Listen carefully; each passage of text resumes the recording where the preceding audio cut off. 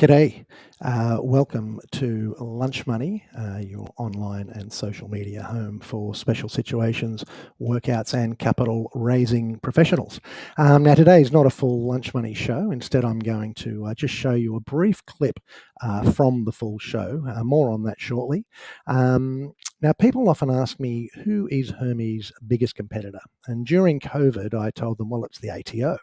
And people would laugh, but it was certainly no laughing matter from my point of view.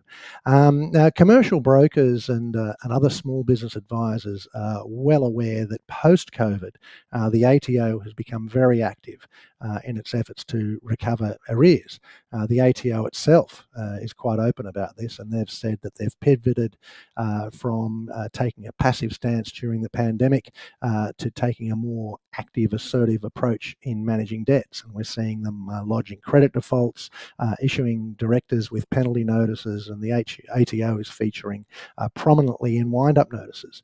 Now, depending on how you measure it, there's something like $30 billion in undisputed arrears owed by SMEs to the ATO. So this week, Hermes held a breakfast seminar to find out if this actually represents the refinancing opportunity of the century.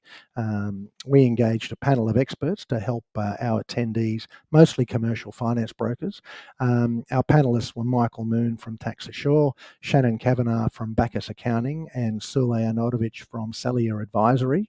Look out for the links to the full seminar on YouTube and the usual places, Facebook and on here on LinkedIn.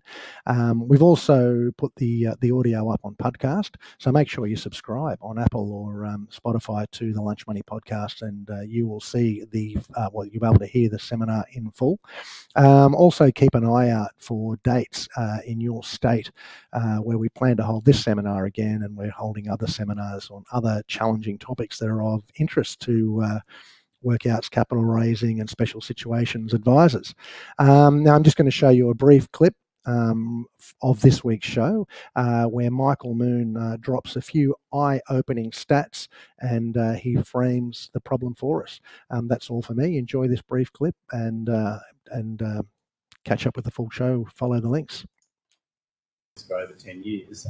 This is the toughest I've seen the ATO in that time. We all know what happened during COVID. They essentially said to businesses, don't worry about the debt you have, and also keep lodging, but don't worry about paying the debt that you're accruing doing this. And it's a little bit of a deja vu from the GFC. And so what that has meant is that I think in terms of the numbers, which kind of sort of explain where we're at, if you look at, and these are just the published numbers from the ATO, prior to COVID, 30 June 2019, it was $26.2 billion in undisputed tax debt.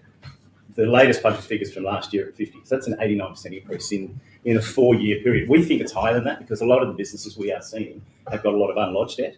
So I've heard 60 billion, potentially even $70 billion in debt. And I think, one of the things, if there's nothing else to take away from today, and I'll explain a little bit more about why, but the debts are not only, there's a lot more taxpayers, but the size of the debts are increasing. In the past, we've been able to work with businesses and get their debts out through cash flow. A lot of businesses can't do that at the moment. So the people in this room are part of the solution.